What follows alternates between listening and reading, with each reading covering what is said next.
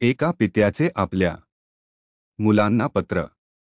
माझ्या प्रिय मुलांनो, ज्या दिवशी तुम्हाला मी म्हातारा झालो आहे असे वाटेल, त्या दिवशी तुम्ही स्वतः बोडे धैर्य आणायला हवे आणि मला समजून घेण्याचा प्रयत्न करावा.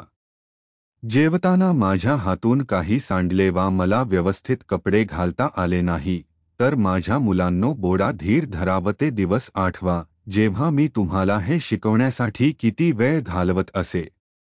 मी कधी एक गोष्ट वारंवार सांगू लागलो, तर मला अडवू नका. माझे म्हणणे ऐका. जेव्हा तुम्ही खूप लहान होता, तेव्हा रोज रात्री एक गोष्ट वारंवार सांगायला सांगत असत व मीही तुम्हाला झोप येईपर्यंत तसेच करीत असे. जर मी कधी स्वतःला नीट स्वच्छ करू शकलो नाही, तर मला रागावू नका. ही किती शर्मेची गोष्ट आहे असे म्हणू नका.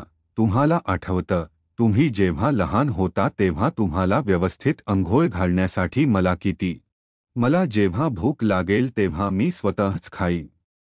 एक दिवस असा येईल की मी 4 पावलेही चालू शकणार नाही.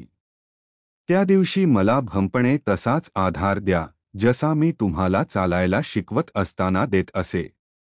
नंतर जेव्हा मी तुम्हाला म्हणेन, मी आता आणखी जगू इच्छित नाही, माझा शेवट जवळ आला आहे, हे ऐकून तुम्ही नाराज होऊ नका. कारण एक दिवस तुम्हालाही हे कळेल की म्हातारी माणसे असे का म्हणतात.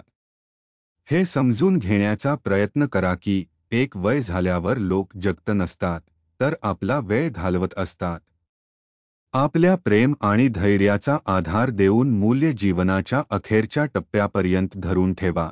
तुमचे प्रेमळ हास्यच माझा आधार असेल. माझ्या लाडक्या मुलांनो, मी तुमच्यावरच सर्वात जास्त प्रेम केले आहे, हे कधीही विसरू नका.